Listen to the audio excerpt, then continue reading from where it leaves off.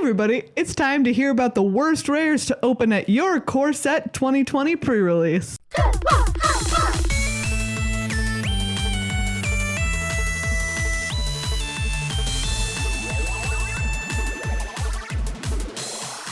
I love making this video, Megan, because I love talking about bad cards. Oh yeah, and we're going to talk about the worst of them, the cards that could be great but aren't. But they just aren't, you know, no matter how hard you want them to be good. They're in that super special rare spot in your pack, and then you look at it and you're just like, well then. Disappointment. Okay. You know, a lot of people will say, wait a second, these cards are great in Modern, or these cards are great in Commander. Yeah. Or they're worth a lot of money. Yeah, that's not what we're talking that's what about. We're not here for. No. That's not what we're here for. Is that what I said the first time? That is what you said the first time. I thought I said it backwards. Well, now you get a 2-for-1, everybody. Oh, yeah. So yeah, these cards we're specifically talking about your pre-release sealed event and any sealed events you might continue to play with M20. These are the cards that you're going to be in a real bummer town situation when you crack and look at that rare slot. All right, well, starting off, we've got STARFIELD Mystic.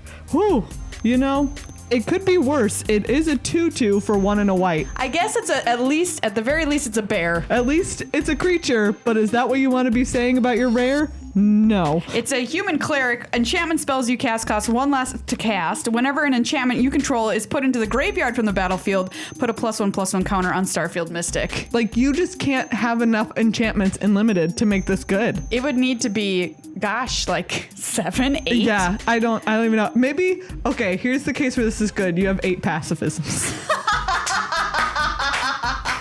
But wait, is it only if it's an enchantment you control is put into the graveyard from the battlefield? So they would also have to destroy it. So yeah, they destroy it, or you'd have to kill their creature that you already pacified. Yep.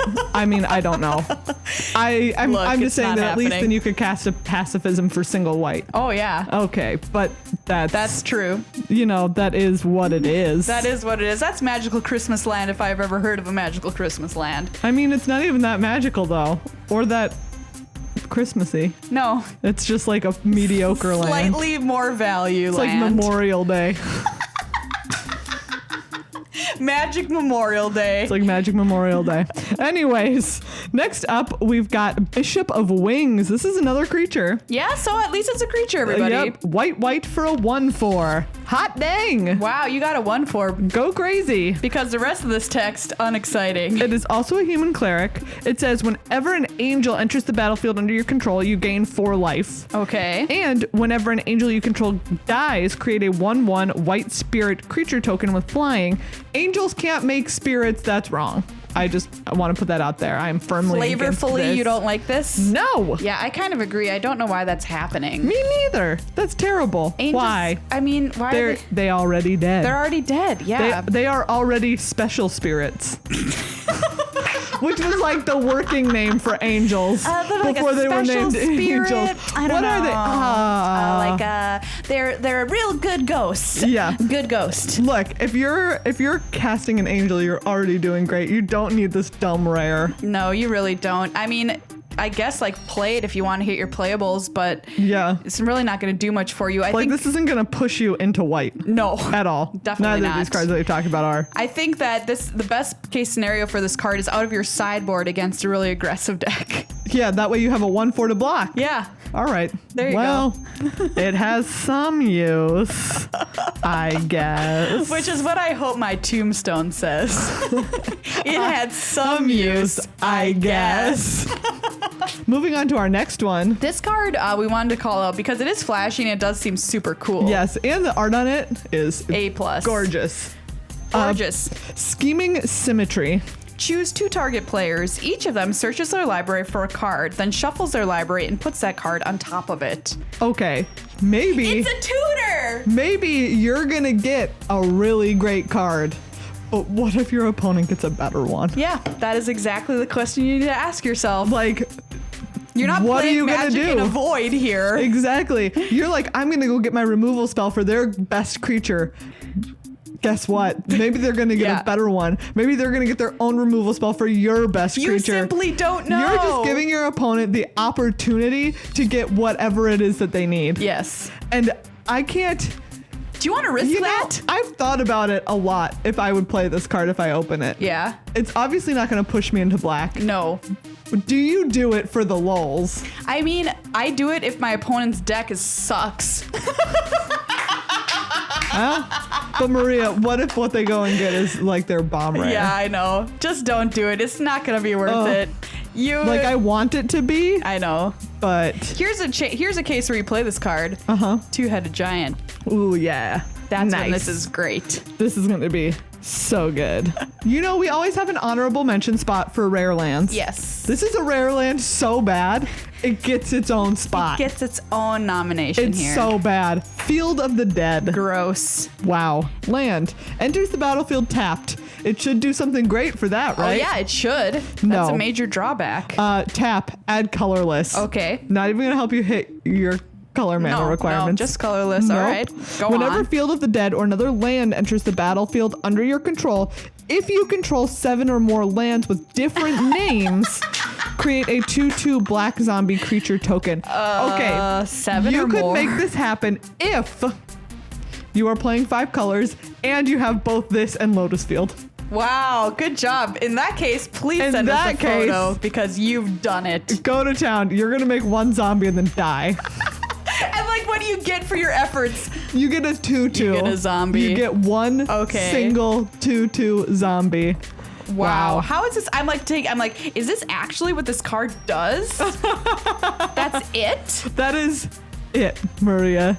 Why does this card exist? Does somebody in the comments tell me why this card exists? Because I really can't figure it out. Why it exists. Do you know what? There's going to be some awesome, there's this in like a deck with like scape shift, and then you get rid of all your lands and you put a bunch of lands into play. You just need I see. Yeah. Oh, escape shift isn't standard now, so. Yeah. I was just thinking more of like a multiplayer format. Oh, okay. I don't know. I don't know, though. Honestly, I don't know. Next up, we've got a modern playable. Oh, yeah, we do. Modern sideboard staple, Grafdigger's Cage. Yeah, creatures can enter the battlefield from graveyards or libraries. Players can cast cards in graveyards or libraries. Well. Okay. Moving on. What more can we say than, well, you'll put it in your modern sideboard, especially right now. Next up, we've got a card that you will get got by, and you'll be so mad that we put it on our list, but we're still correct. Yes. Repeated Reverberation. Yeah, this... 2 black for an instant. When you next cast an instant spell, cast a sorcery spell, or activate a loyalty ability this turn, copy that spell or ability twice. You may choose new targets for the copies. Yeah, the thing with this card is what we call a high setup cost. Yes. And we talk about this a lot, meaning in order for this card to be any good, you've already got to have a Planeswalker out, which, congratulations, you opened a Planeswalker in your sealed pool. You're also doing great already. Got to have this card in your hand. Yeah, or an instant or sorcery. Yes. You have to be able to pay for both. Because I was thinking, what's the best case scenario? 2 red. And then also you have murder. So 2 red, 1 black. Yeah. So that's 7 mana and 2 cards out of your hand for 3 murders. Which, I mean... That is good. It's good. That is still great. That's still great. But and that's the scenario that I'm talking about where you're going to get got. Hard to assemble. But also... Yeah.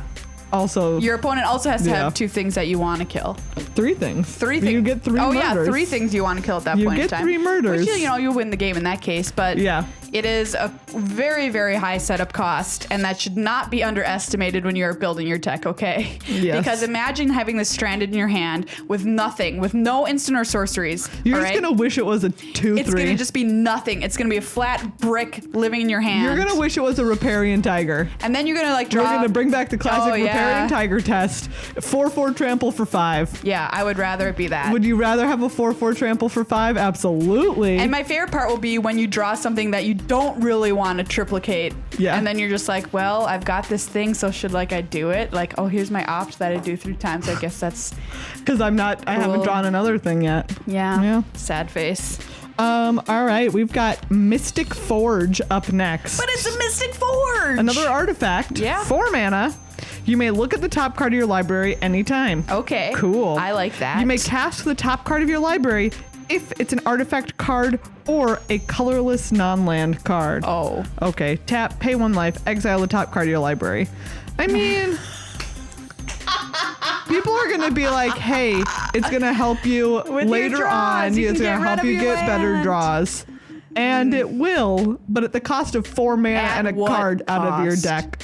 Do you know what else would help you have better draws? Not putting this card in your deck. Exactly. Just replacing this with a better card. Like a Riparian Tiger. Like a Riparian Tiger. Even a 2/3, that can attack and block. Yep. The problem is it costs 4 mana. If you draw it early on in the game, I guess you're going to get the most value out of it, but also you've got to I mean, like, it's got to be able to be useful. It's not always going to be useful, right? Yeah. Because some of those draws you're going to actually want. And later in the game, like, I guess... What if you don't have 1 life? Yeah, what if you don't have 1 life? Great point. Yeah. I mean, it's just too many things have to go right too many times in the game for you to get enough value out of this to be worth a card. Yeah. All right. Coming up next, another artifact. This one an artifact creature. Yes. Steel Overseer. Oh, it's our modern friend. Another modern staple. Yeah. 2 mana, 1/1. Tap, put a +1/+1 counter on each artifact creature you control. So there's not a heck of a lot of artifact creatures in the set, and you're certainly not going to open a critical mass of them at your pre-release to make Steel Overseer the bomb that it is in modern. Although I will say it can make itself bigger. Yeah. So I guess that's something. Yeah, I guess so. You play it on turn 2. Yeah. When you're tapping it every turn until it's a big kid. It's a big kid now. Yeah, exactly. Mommy, wow. So you could put a lot of work into it and make it fine. I guess. Which is not where you want to be with a rare. No, I want it to be a bomb. I want it to be a game ender. Put a lot of work A+. into it and have it be fine. No, that's not what I want. All right, Tails End. Yes, this is 1 and a blue for an instant. Counter target activated ability, triggered ability, or legendary spell. So I'm not just into not this. enough targets. No, I would just not enough of them. Just give me, a normal counterspell, please. Give me a murder. Yeah, give me a murder. Exactly. This just doesn't do enough. I mean, like, maybe you're like, oh, they have amazing legendary creatures, then I guess this has some utility, but the like, uses of are too narrow. Is going to be potentially applicable, but otherwise. Call me crazy, but putting a counter spell on my deck, I want to actually counter something when I needed to counter something. Wow, that's crazy. Not just sometimes, and crazy. Things that I don't really care about. I'm using a whole card on this, okay? I don't get that many cards. I want it to matter. All right, I'm done with my soapbox. Last. Yes. We have our ley lines. Oh, yes, the ley lines. Ley lines. Some of these are going to be fine and some of them are going to be bad. Ley line of Sanctity and Ley line of the Void are the 2 that we want to call it in particular. Yeah, not just good. Being terrible and limited. Yeah, giving yourself hexproof not where you want to be is not good enough. Yep. And the exiling graveyards are not good enough. Not good enough. And remember with ley lines too, like actually paying their casting costs is like really bad. The point of having them is to have them in your opening hand, which the London Mulligan now exists, so your chances will be greater. Yeah. But these 2 just don't make up for themselves. The blue ley line allows you to cast your creatures at instant speed, which is pretty good. Yeah. The red ley line dings your opponent whenever they target you, which is like only or a creature you control. like minorly, or a creature you control. Yeah. Wait, what does it say? It says, whenever you and or at least one permanent you control becomes the target of a spell or ability, they get dinged for 2. I think that's solid, actually. But would you pay 2 red for that enchantment? Yeah. I don't know if I would. I don't know. It's certainly better than the white and the black one. Yeah. And the blue one I think is fine. And then the green one is like, if you get up to 8 mana, it'll do stuff. But until then, no. But if you have 8 mana and you're playing green, you're probably in pretty good shape. Yeah, exactly. So these aren't all ley stars. lines in general. Just kind of so meh. Meh. So meh. Well, everybody, that is our 10 worst rares to open at your pre-release. And we always know there's somebody out there who's going to open at least 8 out of these 10. And for you, we feel your pain. Send us a photo over on Twitter at GLHFMagic so we can see just how sad you were. Yeah, I want your sad face to be by the card, just like, no. Yeah, and let us know in the comments if you think we've missed one of the worstest cards. More worst cards in the set, or if you have any opinions at all, just let us know in the comments. And thanks for hanging out and checking out the worst cards.